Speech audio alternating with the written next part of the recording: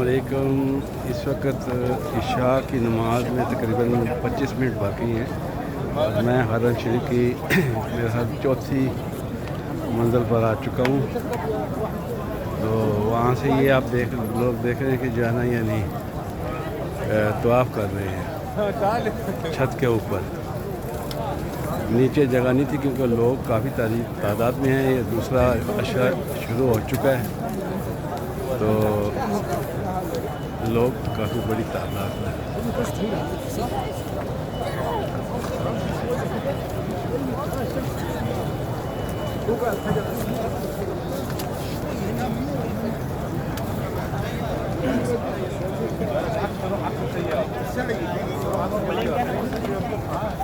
'साथ ही साथ ये मस्जिद के चारों तरफ आप देख रहे हैं कि जो है ना इसकी जो है ना तोसी की जा रही है। साथ उधर यानी आबादी हो रही है, इसकी होटल वगैरह बन रहे हैं या हो सका इसको जो है ना वसी किया जा रहा है।